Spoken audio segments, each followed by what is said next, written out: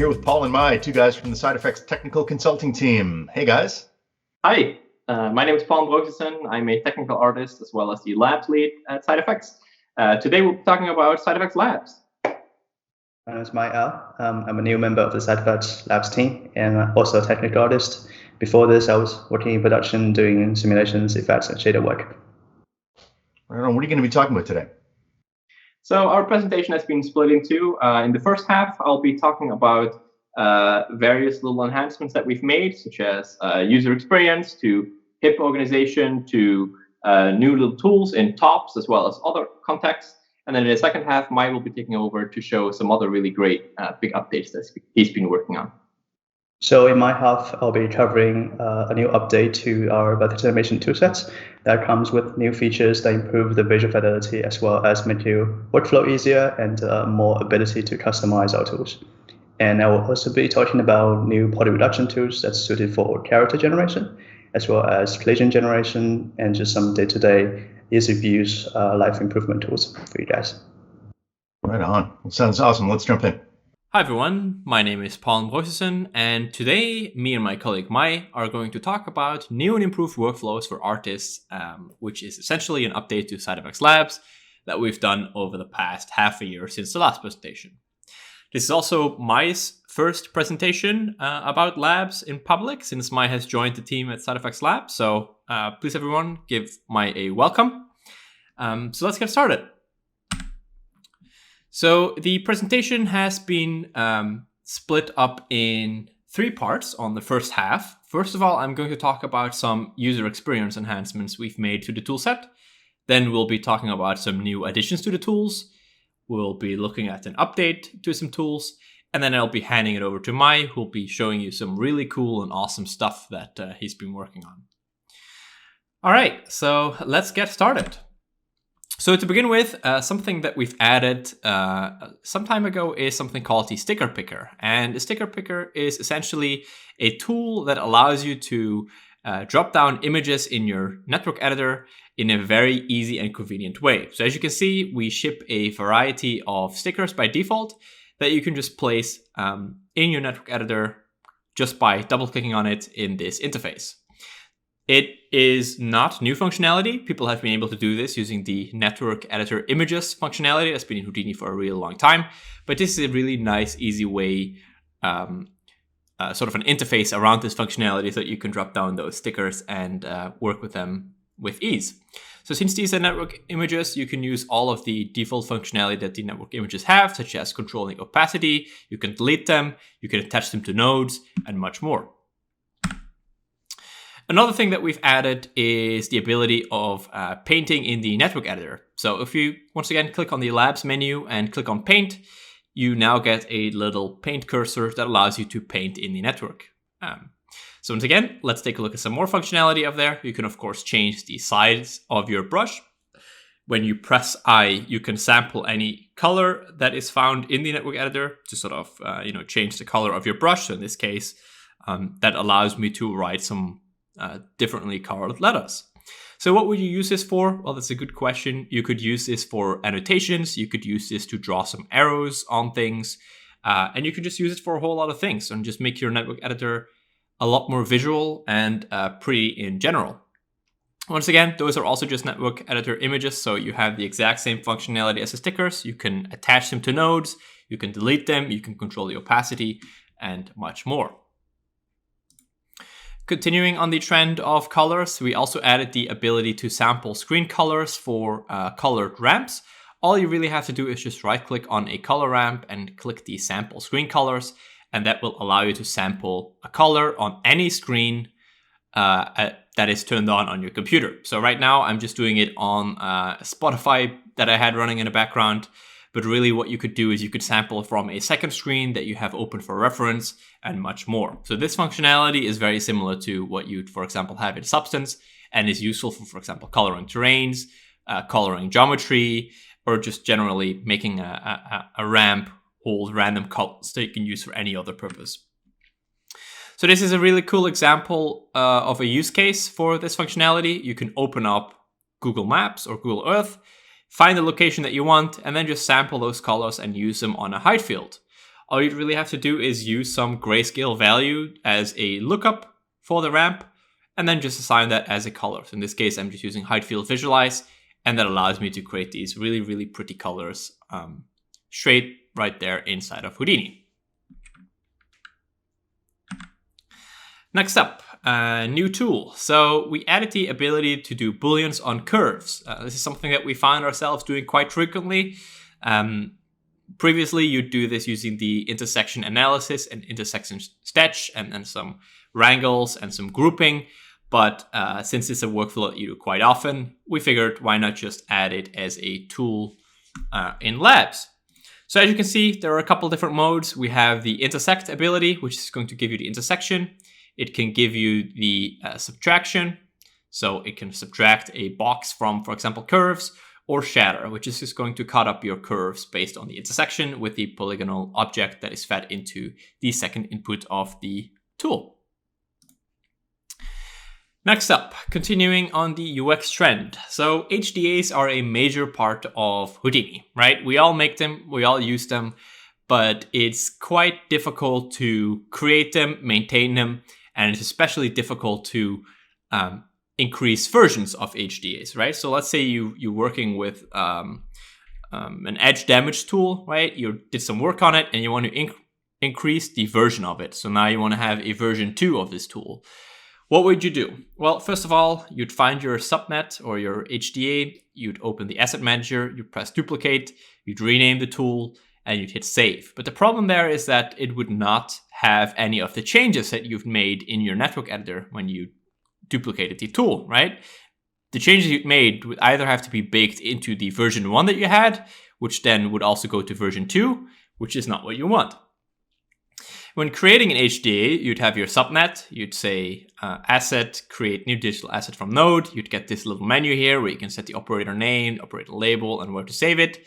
You save it, and then you'd have to go to the type properties window and change a lot of properties here, such as icon, tab menu, inputs, and all things like that. So in general, it works, it's acceptable, but it's difficult UX. So what we wanted to do is we wanted to make that a lot easier. So we introduced something called version digital assets. What that allowed you to do is it just very easily wrapped up that HDA workflow into a single menu, or 2 menus actually. You just right-click your node, which can be a subnet or an already existing HDA. You go to version digital asset, you click save as, and that brings up this window here that allows you to create a digital asset out of it. You just control the type, you're able to specify the user namespace or the branch namespace, or both if you wanted to. You could set the version. And the nice thing about this is that if you were to save as on a node that already exists, it would know that there is a version 1 already, and therefore it would give you a namespace that does not conflict with any other node that you have loaded in your environment currently. You can set the label, you can set the tab menu entry, set the save path, and all of these, of course, have drop downs so that you can see what is already there, making it a lot easier for you. We also have a preferences window, which allows you to control some of the preferences that this window will use by default. So you can, for example, set the default user namespace. You can set the custom branch namespaces. You can control whether or not the branch should be put in the label of the tool by default. You can set default menu entry. So if you know that you're always going to create tools that have to be in a specific tab menu for your studio, for example, you're going to set the default one right here. Additionally, it also has some other things that you might want to be setting by default, such as the save location and these other toggles. So just give it a try, and you'll see that it'll be a lot easier to use, create, and manage HDAs in general. Additionally, we're also happy to say that all of the Labs tools are now fully Python 3 compatible. They have been for a little while, but we've been doing additional tests to make sure that they actually are. And so far, our tests have returned positive. So according to the VFX Reference Platform 2021, we are fully compliant. Then another new tool that we added. So we added the extract image metadata top node, right? So since we're all getting more into tops, a thing that we figured was very useful is the ability to extract metadata from images. So think of this use case. You have a bunch of images on disk, and you would like to know how many of those images have a specific resolution, or how many of those images are larger than a specific resolution, or you'd like to filter out all of the images that are using a specific color model or have a specific bit depth or number of channels, right? Find all of the images that do not have an alpha channel, or find all the images that do have an alpha channel. Well, this node very easily takes in input images from, for example, a file pattern, and processes those using IInfo, and gives you all of this information as metadata. Very convenient. Next up, another top tool, we added the concatenate text node. So this is very useful if, for example, you have a file pattern node or some other node, like for example, the filter by state node that creates a bunch of logs using or containing errors of work items that you had upstream. You would get tons of text files on disk that, ideally you'd want to have in a single text file so that you can print it out in a log and send it to someone through an email, for example. Well, this node just takes all of those text files and concatenates them into a single text file. You have the ability to control a couple of things. The most important one probably is this new line each input, and that just makes sure that every single input gets put on a new line. So if you have an alinea of text or a paragraph of text here and a paragraph of text here, you probably want to make sure that those are not directly attached behind each other, which in this case would be testing 1111, testing 2222. Well, in this case, you just split it into a new line. Next up, another really cool tool. This tool was made by Simon and added to Labs. It's called Labs Edge Damage, and it literally just does what the name says. It adds edge damage to your geometry. So, for example, you can create this low poly geometry here, and you want to make it look old, you want to make it look worn out. Well, you just plug it in and you have it process, and it gives you something that looks nicely detailed like that. You have control over the amount of damage that you want to sort of make it worn out at a specific stage. You have the ability over 3 different modes of adding edge damage to your geometry. You can use a VDB route, which will convert this to VDB and use noises to add detail. Or additionally, you can use the boolean mode, which is going to use boolean methods to boolean out these edge damages. The nice thing about this mode is that you'll preserve a lot of the original topology, which is what you'd lose with the VDB route because you're creating a completely new set of topology. And then the last one is color, which is essentially the same as the boolean mode, with the difference that it does not actually do a boolean of your geometry, but it actually just adds vertex colors to the edges of where the damage would be. So this is, for example, useful for creating masks that you'd want to use for baking or for any sort of shader operations that you might want to do in your game. This image here is the same. This pillar here is the same as this one, with the exception that we just added some color to make it look more old. All right, next up, another really cool content creation tool that we added recently, which is the simple rope wrap. It's, once again, a very simple tool. All it really does is it just wraps some ropes around an object. So let's say that we have this pig head object here, and we plug in some grids into the simple rope wrap. It would then use the cutting surface of the surfaces to cut essentially a ring around the object and use that to create ropes with it. You can control the thickness of the ropes, you can control the rope profile, you can even have it be simulated to get a more organic looking result, and it produces UVs and everything else that you need for a rope as well. It does poly reducing as well, giving you the ability to create a nice game-ready rope that you can just import into your game engine. This tool also works in Houdini Engine. So if you, for example, want to use this tool inside of Unity, inside of Unreal, inside of Maya, inside of 3ds Max, you can just import that tool in those Houdini Engine plugins, and it will work there as well. Then another really useful tool that we often use has to do with baking. So we've had the Maps Baker for a long time, which is a really great tool of extracting attribute data into textures.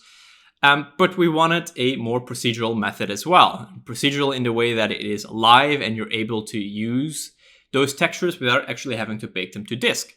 Well, that's why we created this attribute import cop. And what that does, it essentially uses the same technology that the Maps Baker does, with the difference that this is a cop node that is live and does not bake things to disk.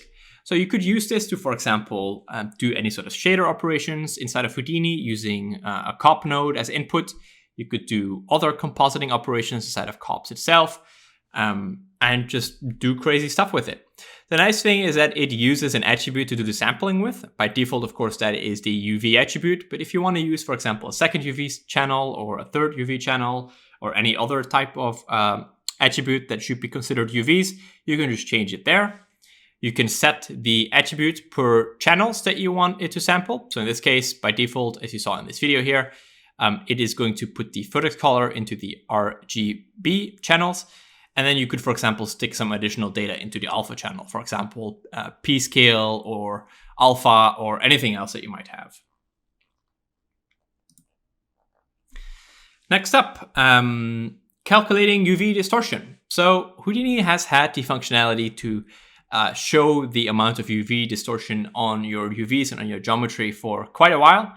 You were able to access those using visualizers. But the downside of those visualizers is that there was no way to really sample those visualizers' values as attributes. So what we've done is we've taken the same source code that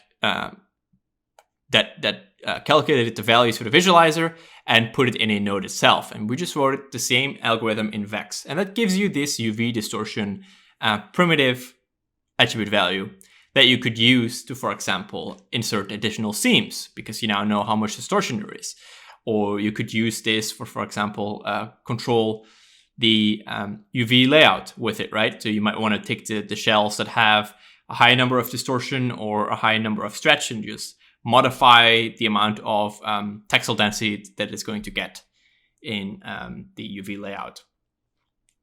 So now that we have the ability to calculate the UV distortion, we wanted to push it a little bit further. We wanted to find a way to automatically reduce the UV distortion based on those attribute values that we calculated. So we added this tool called remove UV distortion. And what it does is it basically finds shells with high numbers of distortion, right? So for example, this pocket of distortion here, and it has the ability to remove the distortion there by inserting new seams iteratively. So it does essentially a feedback loop where it tries to remove distortion over and over and over while making sure that it doesn't introduce any new distortion.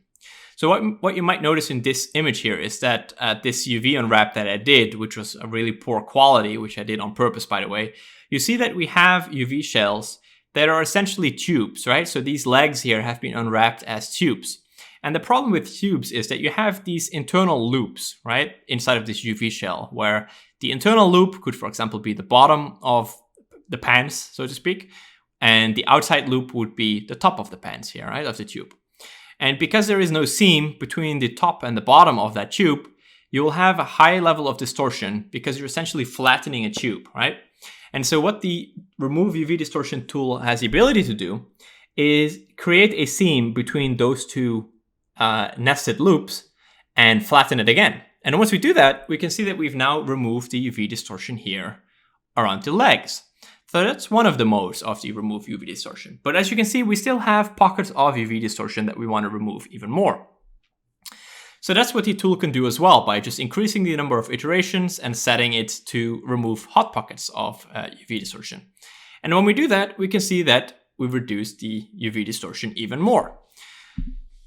And there you go. So we've taken some UV shells that originally were quite distorted, and we've removed most of that distortion. So especially this shell here, you can sort of see what the tool does is it finds the outside boundary of the UV shell, and it finds the highest level of distortion inside of the UV shell, and it tries to insert a seam going from the pocket of distortion out all the way to the boundary.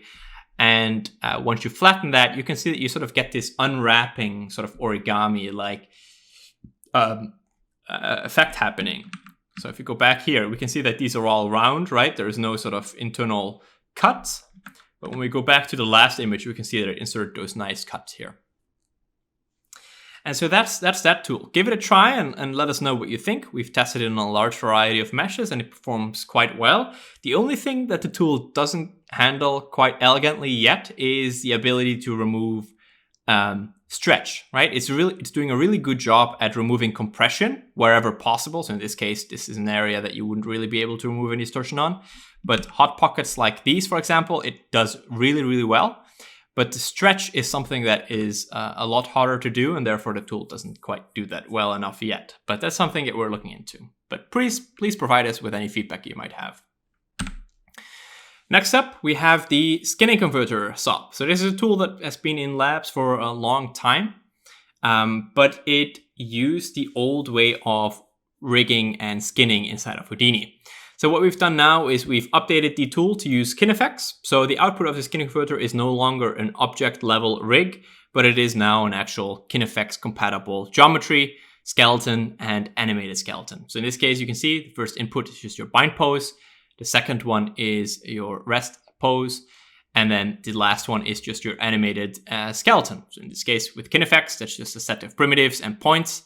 And if you plug that into the Boneform, you now have your same footex animation that you had before, now actually rigged and skinned and deformed using a skeleton.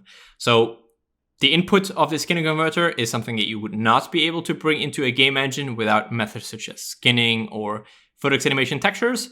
But the bottom approach actually gives you a skeletal mesh that you can import into Unreal, Unity, or any other game engine that supports skinned meshes. Yeah, so that's that. That's the tool. That's my half of the talk, and I'd like to hand it over to Mai now. Thank you. Welcome to the second part of our talk. My name is Mai. I'm very excited to meet you folks. Let's dive right into Vertex Animation 3.0, which is a big update since Vertex Animation 2.1. Some of the goals we are hoping to achieve with this update is to streamline the user workflow as well as adding more powerful features. So we started with redesign the user interface on the Houdini side as well as the Unreal side. In the Houdini side, you basically will follow a top to bottom and left to right workflow. And the number of parameters and options are not necessarily fewer than the previous version, but what changed is that you don't need to do many manual work just to get the thing to work. It's very easy to just use default settings to make the tool work, but the new options are extended features for you to customize and do more advanced things. Here on the Unreal side, as you can see here, we got a new interface as well. And a big thing that we got rid of is the list of real-time data that you need to previously input just to get the vertex animation to work. As you can see in the parameter interface, most of the stuff you've got here is just static parameter switches and used to enable or disable features. You don't have to type a lot of numbers. You just input the textures and the tool should work. So where did that data go? The solution we found is to use two little triangles, as you've seen here in the image, pointed by the yellow arrows. Those two triangles basically situated at the boundaries of your simulation. And the list information such as the frame number, the padding ratios, and all that stuff are encoded in the positional data of those two triangles. An additional benefit is that because those triangles define the edge of your simulation, now you don't have to worry about the vertex animation get accidentally frustum cold when you don't intend to, when you just pan the camera away and the vertex is not in view anymore. The new bounds ensures that whenever you need to see anything from your vertex animation, the camera will always detect it. We also kept the original right-click menu scripted action options. We actually added a few more. Now you have the action to set HDR textures as well as non-HDR textures. You do have the legacy support to use the data table, which comes in handy if you want to use instancing with the vertex animation static meshes. It's also useful if your simulation is quite large in terms of the size. Then using the data table's numbers can sometimes provide you with slightly more accurate result. So it's an option there for you to choose. One of the big things we need to fix is the rigid mode first frame crack problem. That just related to the pivot accuracy. So on the top left, you will see the 2.1 version, and to the right is the after, which is the 3.0 version. As you can see, most of the cracks are gone from the first frame. We used several encoding methods. The blue and red image shows you how the shader will dynamically pick which encoding method is better. So one of the method, the blue one, is instead of using vertex color, we're using 2 UV channels to store the pivot position, and each UV channel has a 16-bit depth. So that's a lot better than the vertex color's 8-bit precision. The red one is a more advanced version where we did a lot of bitwise manipulation to just preserve even higher accuracy while still using 16-bit UV channels. As you can see, most of the pieces actually ended up using the red encoding method, because in the Houdini side, when the node cooks, it will dynamically evaluate which piece should use which encoding method that should give you a better result. And that information is carried over to the shader, so the shader can pick how to decode that accordingly. At the bottom, you can see 2 of our 3 accuracy modes. So the left one is the high accuracy mode, and the right one is very high. There's a slight difference here, as you can probably see. And we also have a third version, which is the maximum. The maximum accuracy uses 32-bit instead of 16-bit. That is more memory intensive, sometimes resulting in slower calculation speed. And I didn't show that because the visual, using this example, there's barely any noticeable difference between the very high and the maximum.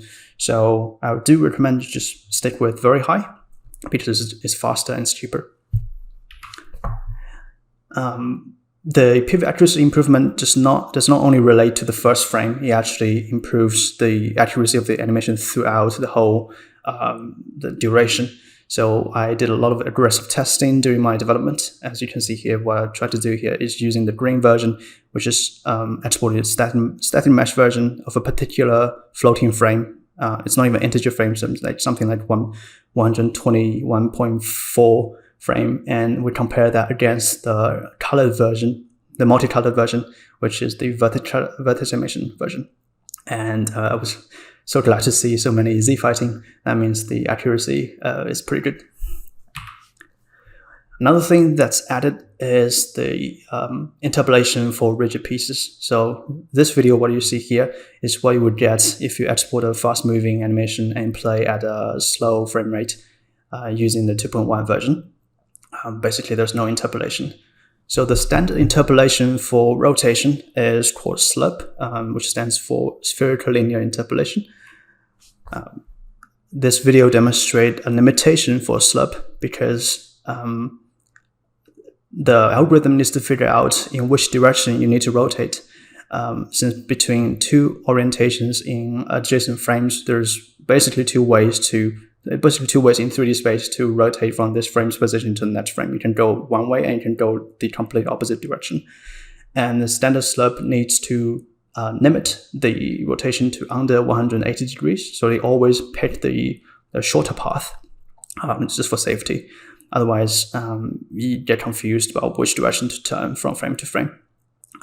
You can see the problem here because I color-coded the pieces based on their rotation speed. So the redder they get, they should be spinning faster. But what you see here is the red pieces and the blue pieces and purple pieces basically are spinning like a similar speed because every piece is limited to only 180 degrees of rotation per frame. So if you're going higher than that, there's no way to correctly interpolate using the standard SLUP. And you can see some pieces start to go in the wrong direction as they are increasing their speed. So the solution we ended up using is a unique method called, I termed it the multi-RPF SLUP, which stands for multi-revolutions per frame. It supports much higher than 180 degree of rotation. You can basically go several cycles per integer frame. So you can literally go to thousands of degrees per rotation. The advantage of that is now you don't have to worry about how fast your pieces are spinning. You can just use our new tool to export your animation, and you can play your animation in shader at a much slower speed. You still get pretty accurate and smooth rotation. This method uses the angular velocity as a system for us to help decide which way the pieces should be spinning and how fast they should be spinning. But there is more. As you can see here, this is using the multi-RPF slope. This simulation here is sort of like a rock cyclone, could be like a cool magical effect, just a bunch of rocks rotating around in a tornado formation. And because there's such a gap between the exported frames, you can see that pieces are actually contracting. The contraction is a reflection of the pieces trying to go from frame to frame position in a straight line, where in actuality they're supposed to be going in a circle. So what we want to achieve is to somehow find a way to reconstruct the curved trajectory based on limited frame information. So we could do that using acceleration. So the VATROP now can support internally compute acceleration and export that through the color texture. Now you can pick that up from the shader side and use the acceleration to help you compute the original curved trajectory. So this is a much better result. And this video shows the sort of the comparison between the smooth version and the contracting version. Now, if you compare this, which is all the interpolation turned on, against this version playing at the same speed with interpolation turned off, and you can see this is basically unusable because there's such a time gap between each frames, as this animation is basically playing at 5% of its export speed. Now, this opens up the opportunity for you to basically run your simulation, then export through VAT using a much lower frame rate, and just turn on interpolation on the real-time side. So this saves your texture memory because there's less pieces and less time you need to export. And you will still get smooth interpolation in your game. Another thing we added is the support for tangent space normal map, which is a feature that's missing from the previous versions. In order to support that, basically we need to add tangent data to the shader as well as the normal data. Because with just the normal data, your tangent space normal map can essentially spin around the normal vector. There's another degree of freedom that needs to be controlled. So we swapped out the original normal map export into basically every mode is using the rotation texture, because rotation texture is a more compact form of storing both the tangent information as well as the normal information as just the quaternion, because the quaternion can describe both degrees of freedom simultaneously using just 4 texture channels instead of 6. And that get decoded on the shader side, and you can apply your artist authored surface normal to the result of the vertex animation rotation, either per piece or per point. So on the left side is a vertex animation version, and on the right side is just a static mesh version. And you can see the result is pretty much identical. Now, that is not limited to soft. We basically have blanket support for tangent and normal map for all modes, including fluid. For fluid, that means we're also providing native support for UVing. There are 2 ways to handle UV. It's better to determine yourself how you want to UV your fluid, and you just send the UV data to the channels that we offered as options, and that will be sent to the shader, and the shader can decode it and apply the textures. So you can get your normal map as well as other just textures onto your fluid mesh. Fluid is also not just limited to actually fluid type of animation. It's basically a dynamically remeshing. So I kind of slightly rename the mode, it's just called dynamic remesh. You can basically get any mesh into the shader using fluid mode.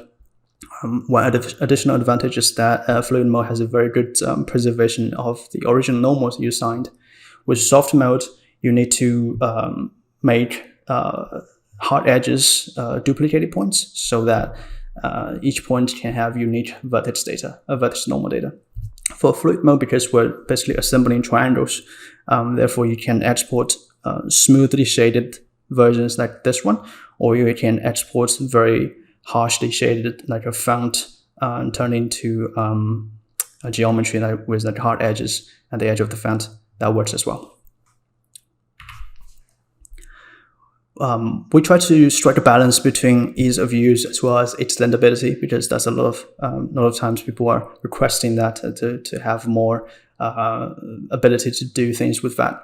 So don't let this intimidate you in any way. So the essence is that if you just need normal usage of VAT, you can just hook up some of the standard outputs or use the standard parameters, and that will get the job done.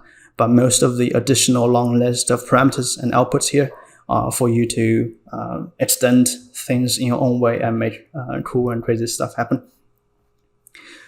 We have provided very detailed tooltips and some explanations for everything from the parameters in VAT, as well as all the parameters in the shader and all the material functions. So you just need to hover your cursor over them and see what they do and how to use each of the options in relation to other options.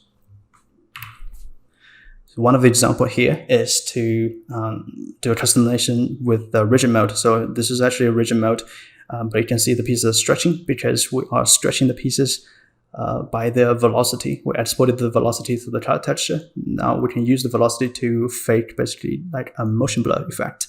In animation, this is sometimes deployed to create this illusion of a motion blur. It also kind of looks like a soft body, even though it's a rigid body. Another thing we could do with the particle mode is now we support more features that comes with standard particle systems.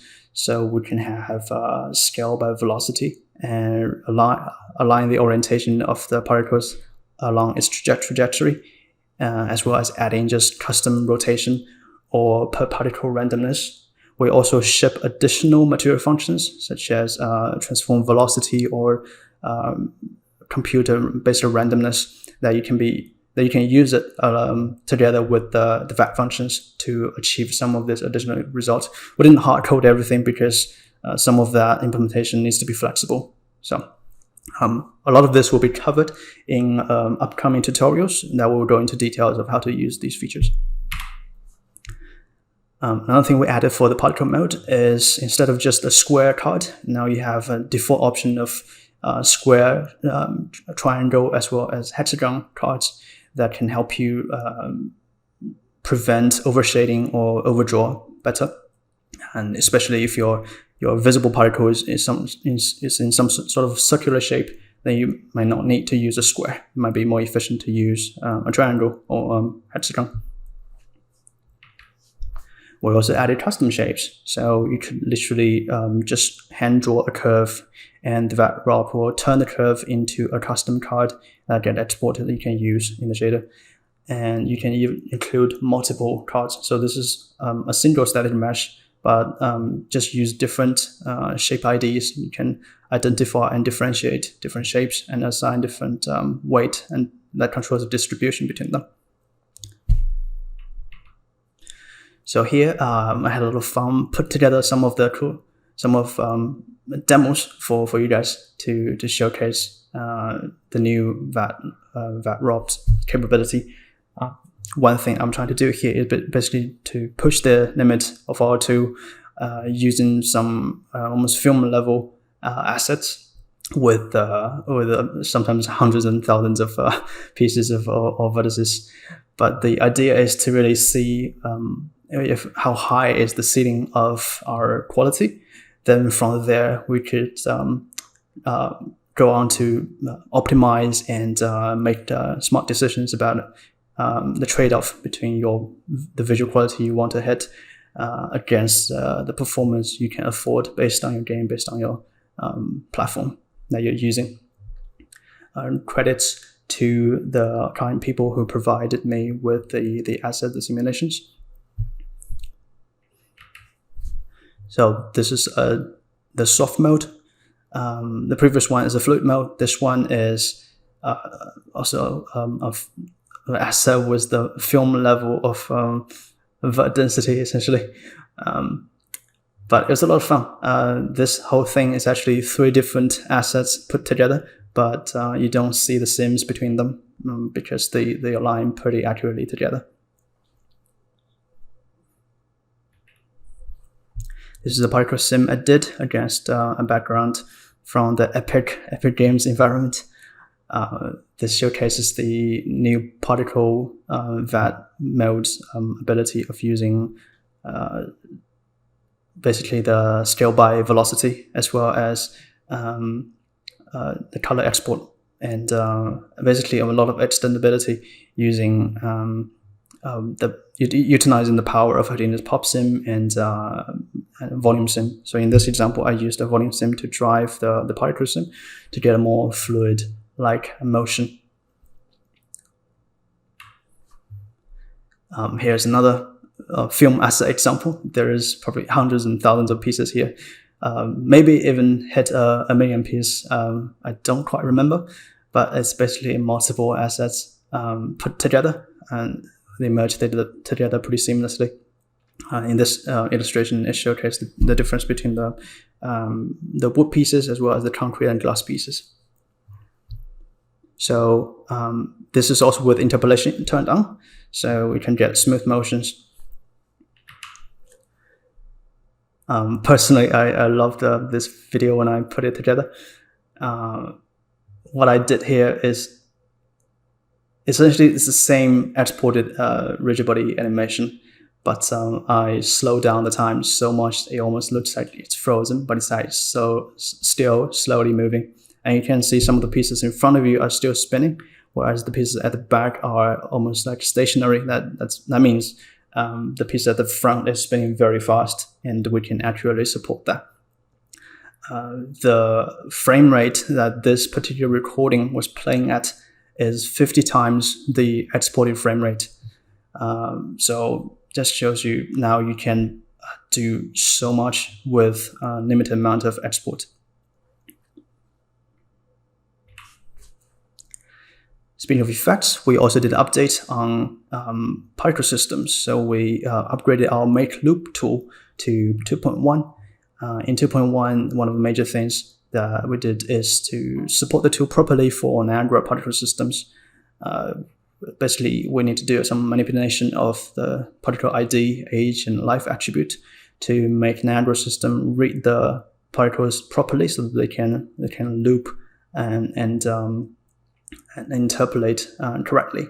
So once that's figured out, it's very easy to use the tool itself. You can just create a particle sim and drop down make loop, and it will create the loops for you. Then you can just port it seamlessly to through our Niagara ROP to Niagara system. We also upgraded the volume blend. Previously, the volume doesn't blend very well if you have dynamically resized volumes. Now that's properly supported. And here I'm testing it with the high-res volume, and the result is pretty satisfactory. On the subject of particle sims, smoke sims, one thing that's pretty useful in a day-to-day life is to have some basic tools that control things such as the random directions. So I created a random direction node. It's not very technically sophisticated, but it's one of those quality of life tools that help to speed up your workflow. So here are some of its abilities. You can do basically pure random direction, or you can do directions that's radiating from a reference geometry or reference point, or you can radiate directions from a reference axis, or from a curve, or something like a closest position on a reference geometry. That's basically the same thing as curve. You just pick the closest position and radiate from there. The square example uses the closest point on the reference geometry, so all the arrows are pointing from the corners of the cube. Then we also have two directions, where you can control the distribution between the two directions randomly. Here's another companion tool, which I call the random selection, which gives you some quick and artist-friendly way to select randomly or in a periodic way. You can do periodics with constant intervals, or you can do random intervals, where you can create some very interesting patterns because the skip and select pattern between each period is totally random within your given range. Another tool we'll be releasing is currently called match surface. Maybe it will become another shrink wrap mode in the future. What we want is basically a SOP level solution to take any topology and wrap it against a target topology, as you see here. The shaking here that you see is the tool try to target the target, try to get closer to the target as it tries to resolve itself. There's a difference between the new shrink wrap or match surface on the left and the traditional shrink wrap on the right. As you can see, they produce different results. It could be useful when you want to create some collision or dissolve completely geometry into a single mesh and use a clean topology to wrap it around it. Another geometry level tool that we made is Symmetrical Poly Reduce. This is to extend the ability of Houdini's pretty powerful Poly Reduce SOP. One limitation of the Poly Reduce as currently stands is that it doesn't have the internal support for keeping the symmetry if your input geometry is symmetrical. So basically, we created a wrapper tool to provide a workaround. This could be very helpful with characters, especially because characters tend to need them to be symmetrical in the poly reduced version. So the major challenge is how to figure out how to preserve the UV islands, because the solution we used is to clip the geometry in half and just poly reduce half of it, then mirror that to the other half. But then the other half's UV islands will be destroyed. So we'll pre-process the UV islands and trace along its the circumference of each island and pick a triangle, 3 points to form a triangle. Then using the triangle, it can pretty easily define the relative transform between two mirrored islands, color-coded here in red and blue. Then after the poly reduce, we could restore that transform.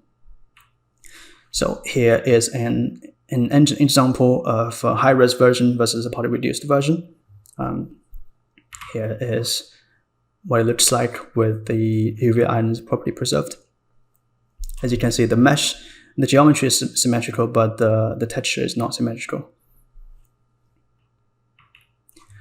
We're happy to announce that SideFX Labs now have an ArtStation page. We want to make ourselves more available to the artist because this is a place where artists hang out and check out other people's works pretty frequently. And we want to make ourselves visible to you and just keep you updated to what we've been up to. We also update pretty regularly of what we're doing. On the SideFX forum, we have a pin post that we document each release's updates and bug fixes. You can check that out and figure out if there's some new tools you need to upgrade, or if there's problems that you want us to solve, you can send an email to support and let us know. Now, thank you so much for coming to our presentation, and hope to see you again soon next time.